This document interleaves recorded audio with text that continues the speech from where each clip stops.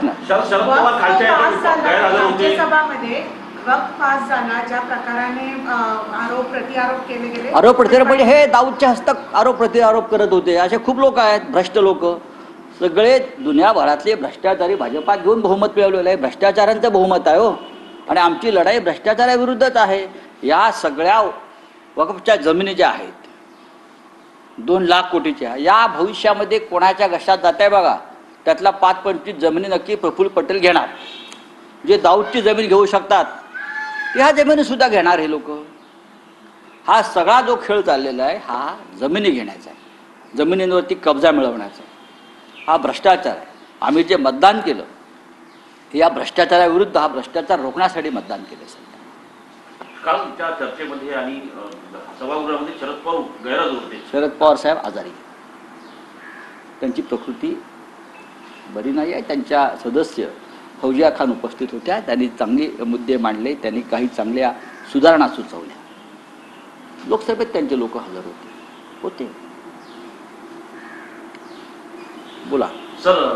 पुण्यातलं मंगेशकर रुग्णालय आहे, त्यामध्ये एक साधे उपचार करण्यासाठी 20 लाख रुपयाची डिमांड करण्यात आली. आणि महत्वाचं म्हणजे त्यामध्ये त्या महिलेचा मृत्यू हे या संदर्भात खुद्द देवेंद्र फडणवीसांच्या कार्यालयाच्या वतीनं देखील असतं. ती महिला भाजपचे जे आमदार आहेत अमित गोरखे त्यांच्या पीएची पत्नी होती. भिसे म्हणून त्यांचे पीए आहेत अमित गोरखेंचे, त्यांच्या या पत्नी आहेत. आता विचार करा, भारतीय जनता पक्षाच्या कार्यकर्त्या असलेल्या पत्नीची पत्नी, जिच्यासाठी देवेंद्र फडणवीस यांच्या कार्यालयातून रुग्णालयात फोन गेले असं सांगितलं जात आहे, तरीही त्या भिसे नावाच्या कुटुंबावर ही आफत आली. एका मातेचा करुण अंत झाला. काय करता तो देवेंद्र फडणवीस सरकारला 100 दिवस झाले म्हणून भविष्याचा वेध घेत बसलेले आहेत. मला असं वाटतं की ही जी कामं आहेत गोरगरिबांची, ही देवेंद्र फडणवीस यांच्या लेवलची नाही आहेत. त्यांची लेवल खूप मोठी आहे. गोरगरीब मध्यमवर्गीय यांची कामं तडफडून मरत आहेत. शेतकरी तडफडून मरत आहेत. गरीब ही मंडळी योजना कागदावर आहेत हो.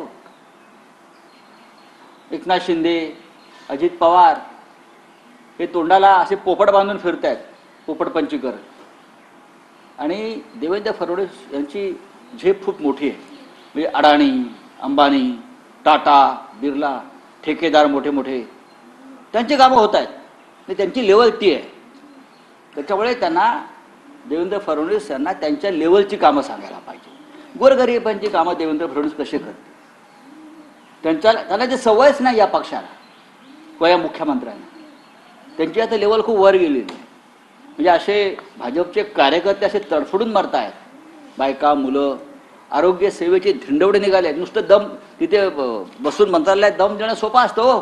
हे सहन करणार नाही, ते सहन करणार नाही. अख्ख्या महाराष्ट्रामध्ये अराजक आणि बदबदपुरी माजलेली आहे, अख्ख्या महाराष्ट्रामध्ये. आणि मोदीचं भजन करत बसले आहेत. रोज नव्या घोषणा करतात. 100 दिवसाचा वेध घेणार आहेत म्हणत. मागच्या आणि पुढच्या काय घेणार? तुमच्या समोर एक माता अशा पद्धतीनं त्या कुटुंबाकडे 20 लाख रुपये नाही आहेत. 20 लाख रुपये महाराष्ट्रामध्ये एक सामान्य माणूस उपचारासाठी देऊ शकतो का? शेत विकून.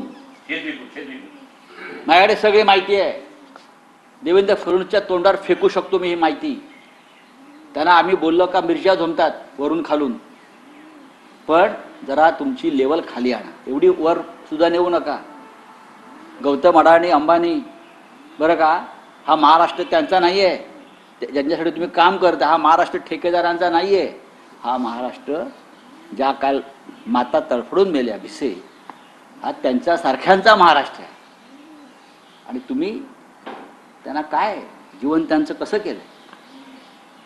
या भिसे लोकांनी तुम्हाला मतं दिली आहेत, त्यांची तुम्हाला काळजी नाही. हा लेवलचा प्रश्न आहे. भारतीय जनता पक्षाची आणि फडणवीसांची लेवल आता ही ज्याच्याकडे फडणवीसांनी हिंमत असेल तर करावी. हिंमत असेल तर कारवाई करावी ना. ज्या ज्या डॉक्टरांची नावं घेत आहे भिसे कुटुंब, ज्या ज्या डॉक्टरांची, बंद करावं ना. हिंमत आहे का?